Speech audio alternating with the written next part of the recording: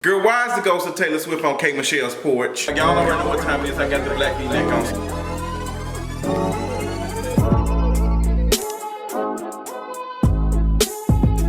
What's going on, y'all? It's time for another episode, get it together. What's going on, y'all? It's time for another King of Reads TV video, girl. Like I've said, this has been a spooky month. The ghost of Taylor Swift is back and petty than ever. Girl, Taylor Swift, Kanye West, Kim Kardashian, Todrick got his situation with his white boyfriend.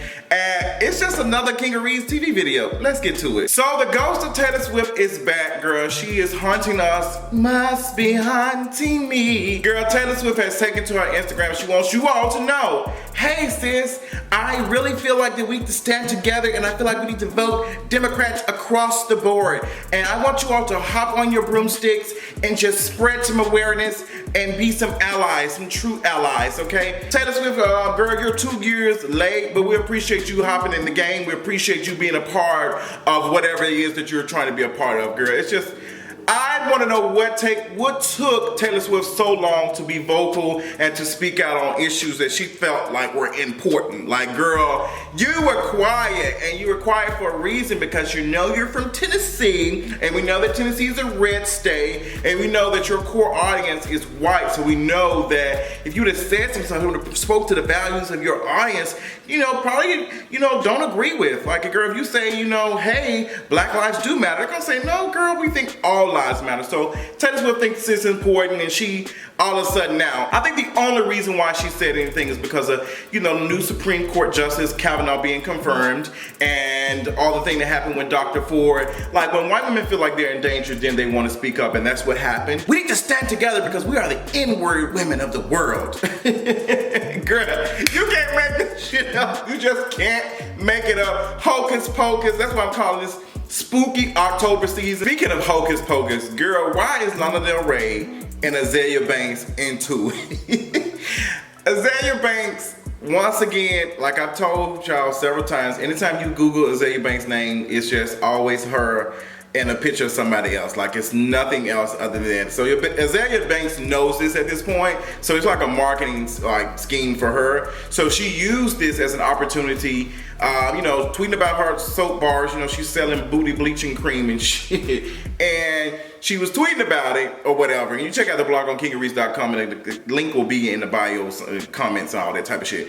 So she's tweeting about it, and she used Lana Del Rey as an example of like what her stuff is supposed to do or whatever.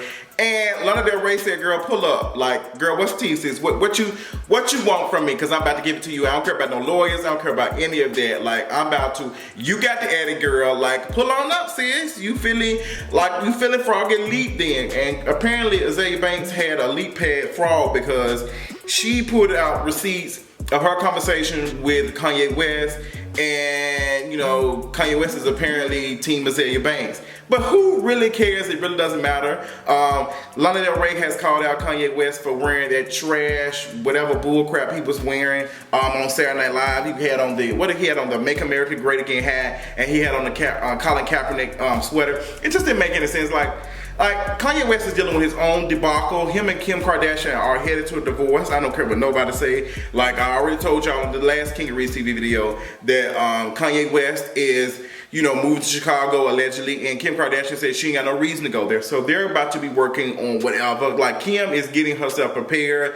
They're just gonna wait to the new season of Keeping Up with the Kardashians so she can have something to share for it. Like, I feel like it's coming. Like, it's only a matter of time at this point. Azealia Banks versus Lana Del Rey is like really eye-opening, because I feel like so many anti-black, black queer men who like Lana Del Rey are just ready to throw any type of black person under the bus, and it doesn't matter. Like, I'm kind of weary of folks who kind of like really go up for these famous white women. I just like, ooh, girl, that's like I cringe a little bit. Like, just not that much, but enough to recognize that something might not be right. We might need to take another look with our magnifying glass to see what's going on. Like a cringe, how I cringed a little bit when Tracee Ellis Ross was performing at the AMAs. I just didn't know how to feel about her dancing and doing all that in front of this whole white audience. It was just kind of awkward, like doing this like really black stuff. But she still used that moment to promote like black designers, so I appreciate her for that. But Lana Del Rey and Azealia Banks, I don't. Azealia Banks is just Azealia Banks at this point. She's gone. I'm not excusing her stuff, but I feel like at this point we just have to ignore her. Like, we just have to ignore her because she knows that. That's why she did that. And Lana took the bait and she responded. And, you know, it no skin off of Lana Del Rey's back. She said, girl, you would be famous. You would be the best female rapper right now, but you lost it. And now you're trying to take it out on everybody. And I think Azealia Banks knows that, and she's using something else to promote. I mean, girl, it's Azealia Banks at this point. Like, why we keep talking about her? As you all seen, the American Music Awards came on last night. Taylor Swift performed, girl. A lot of people went up. I thought the performance was beautiful gowns, nice gowns and nice mic, but it could have been turned off because Taylor Swift wasn't giving me anything. She just did. I think it was a cute performance because a lot of folks were just, you know, it looked like it because a lot of folks were excited because it's Taylor Swift and Taylor Swift has a huge audience. And you know, I have so many questions for homegirl. I just want to know why she all of a sudden posted this. Now she's performing on American Music Awards. Tracee Ellis Ross performed. Well, girl, she did perform, but she hosted, and it took me back to Monique, but without any flavor or any rhythm. I think Tracee Ellis Ross did a good job with the AMAs. I think she is a safe person to host it. She's not gonna shake anything up. She's kind of blackish if you get my joke. But I think she did a phenomenal job, like just doing the stuff. She was offbeat a little bit, but Tracee was giving it. Now I will give Tracee A's across the board and 10s across the board. Tracee said all the people who have designed me are black designers. Like, that's all I'm wearing tonight. And I'm glad that she said that. I'm glad that she said that because I always wondered why we get on these platforms and we talk about inclusion and bringing out people forward, and then we talk about, oh, I'm wearing Dolce & Gabbana, I'm wearing Chanel, I'm wearing all this, when we got like black labels who are designers who are trying to do some stuff, trying to make some stuff work, and then people are saying, well, I don't know, they just like, girl, I don't have the time for it. I just don't get it. If I ever get a chance to make it on anybody's red carpet or anything, I'm gonna make sure that I find me a black designer or somebody to help me out, like, cause I don't wanna keep pressing this, oh, I need to be wearing Dolce & Gabbana. Like, I don't want to fit in. And I feel like Tracee Ellis Ross did a good job of that. I hope a lot of other folks do it, because we get people like Cardi B, Nicki Minaj, Beyonce, Jay-Z, all these like popular known artists and celebrities and stuff start wearing like black labels and stuff. People will, like, there will be some stock in that shit. But you know how folks look at it like, oh, I don't want to support them black business all the same. I don't get enough ketchup and ranch. Y'all know how that shit goes. Like, one bad incident with one black business, like, it negates, like, oh, all black businesses are bad. But do y'all always do that same shit when y'all go to McDonald's and the ice cream machine is always down? No, you don't. You don't say white businesses are trash. You don't say that. But since we're talking about awards, we do have to talk about the BET Hip Hop Awards. They felt it was important to give Expired, whatever, the Artist of the Year, even though he's and you know, it is what it is. I'm not surprised to be like, BET, y'all doing so good. Like, I'm shout out to y'all for, you know, like commenting on my Finding Media video and saying how y'all appreciate the content on there and da-da-da, like y'all like my stuff. But this wasn't it. I don't feel like that was it. I don't feel like Tasticion, whoever, Extension Cord, deserved this award. I just don't like. And Vic Mensa, if I'm saying his name correctly, came out and spoke and said, girl, I did a cipher, and I was just like, sis, I ain't here for these folks. And Vic Mensa did a video and he said, look, I didn't mean to offend the mother of a grieving like person in the crowd, but like my stance is still where I'm standing at. Like, girl, I'm not here for the abuse. Now the girls did call out him and say, look, you was kicking up with Chris Brown and you've been accused of some stuff too, so Vic. But I don't know anything. I have not done my research. I was like, girl, I need a break. But the BET Hip Hop Awards supposed to be coming on sometime the end of this month, and I think it was October the 15th, if I'm not mistaken. I probably won't be watching it. It's just too much masculinity for me. It's just too much. The AMAs, go back to that. Cardi B did a phenomenal job. She looked amazing. Her outfit was sickening as hell. Who else looked good, girl? It was somebody else. I can't think of who else looked good. Damn, Ciara, level up. Girl, they were saying Ciara was moving like Rosie the Robot on the stage though.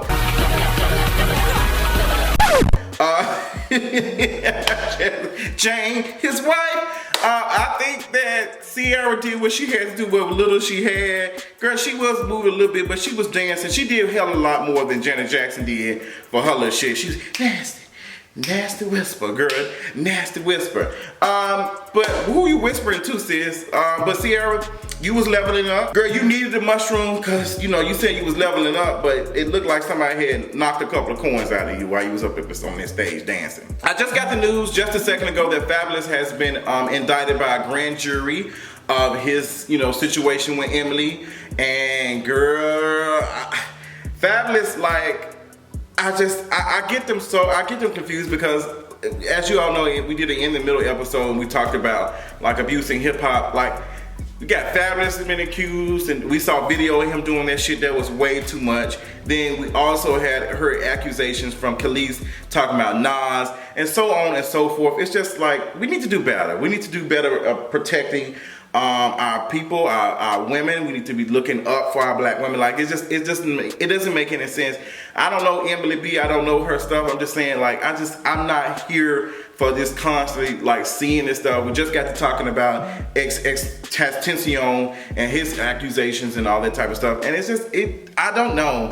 We talked about it like for a minute on the podcast. Make sure you all are checking it out on fortheculturepodcast.com. We're on all your favorite streaming devices, streaming platforms, I mean. That's SoundCloud, that's Apple Podcasts, that's Google Play, as well as Stitcher. I know y'all have seen this crazy video of K. Michelle going off and telling this white woman to get off her porch. I thought it was Taylor Swift for a minute.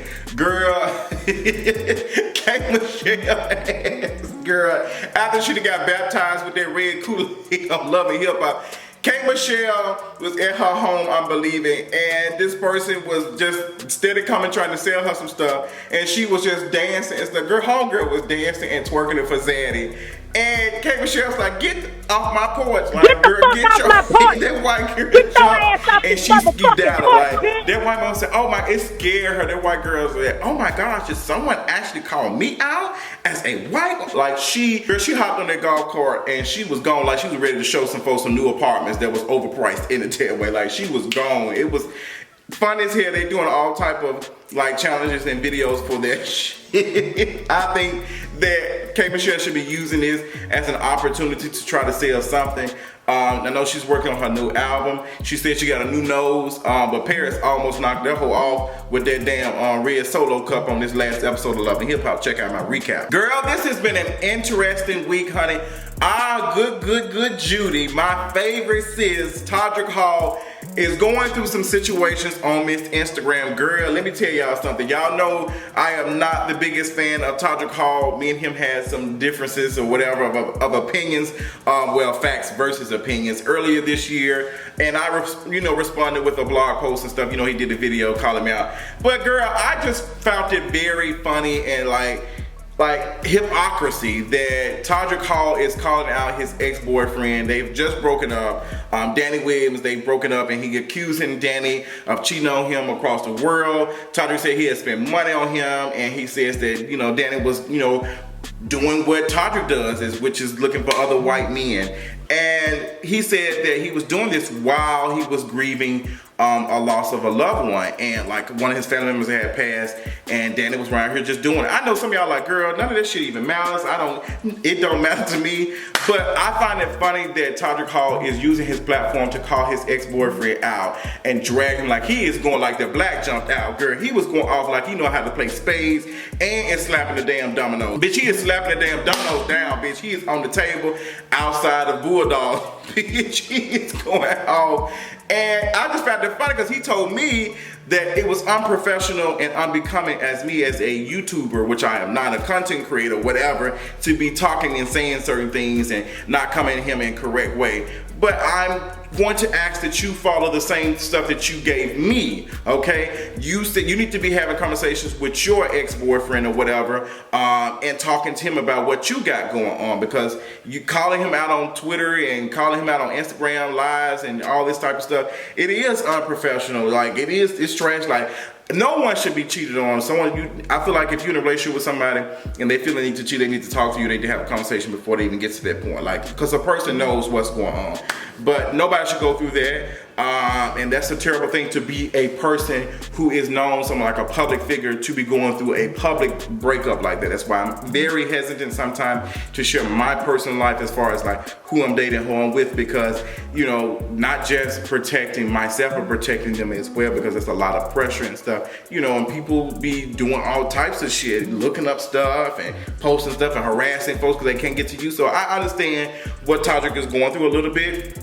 But I just thought it was funny, and some of my friends even mentioned, like, damn, I didn't expect Todrick to act like this, because he puts up this front like it's not. But I kind of appreciate Todrick a little bit, now that I think about it, sharing that, because he is human at the end of the day. Like, he is still human, he still has feelings, he still is able to get angry and be upset, and it's just moment like every one of us do it, and no celebrity is perfect, but we have to be very careful, and we have to be a little bit better than everybody else, because our stuff affects a lot of people, and that's one of the things that we have to remember once using this platform. Like, we need to make sure we're using it for good. That's why some of my content has changed over the years, and will continue to develop, upgrade, and level up, whatever Ciara's calling it. But I just found it funny, like Todrick was just saying, that's not how you do it, and dragging the dog shit out of me, but he's sitting here doing the same shit and going off and dragging. I just, also another side joke, like, the boy was probably smashing other white boys, so honestly, I mean, like, some folks like, is the boyfriend white or black? I was like, girl, y'all know, come on, let's be serious. Like, we know Todrick Hall, I just wanted to have a quick, cute conversation with you all. I appreciate all the support that you all have been giving me on kingarees.com. Checking out the new merchandise that is on there. Get you a pillow, get you some beanies. It's getting ready to get cold. Miss Hurricane Kevin, or whoever her name is, she's swirling up on the Gulf Coast. She about to come up and whip us and whipping in the air. Those who, you know, sent me some coin to get their apple pie and ice cream, I do appreciate it. I had a couple of pieces of pie. As you can see, I done gained a little weight. I'm looking like the big blue Ocean Route 44 drink from Sonic. I might get some Sonic today, actually. Then I paid a little $20 on my minimum payment on my credit card. But I love y'all. Thank y'all for checking out, honey. Make sure you're checking out my Tamar Braxton and Yonder video, girl. Just check that out. Make sure you check out my Love and Hip Hop. Check out kingarees.com and listen to the latest episode of For the Culture Podcast. Love y'all so much. Y'all enjoy y'all evening, and I'll talk y'all later on tonight. Bye.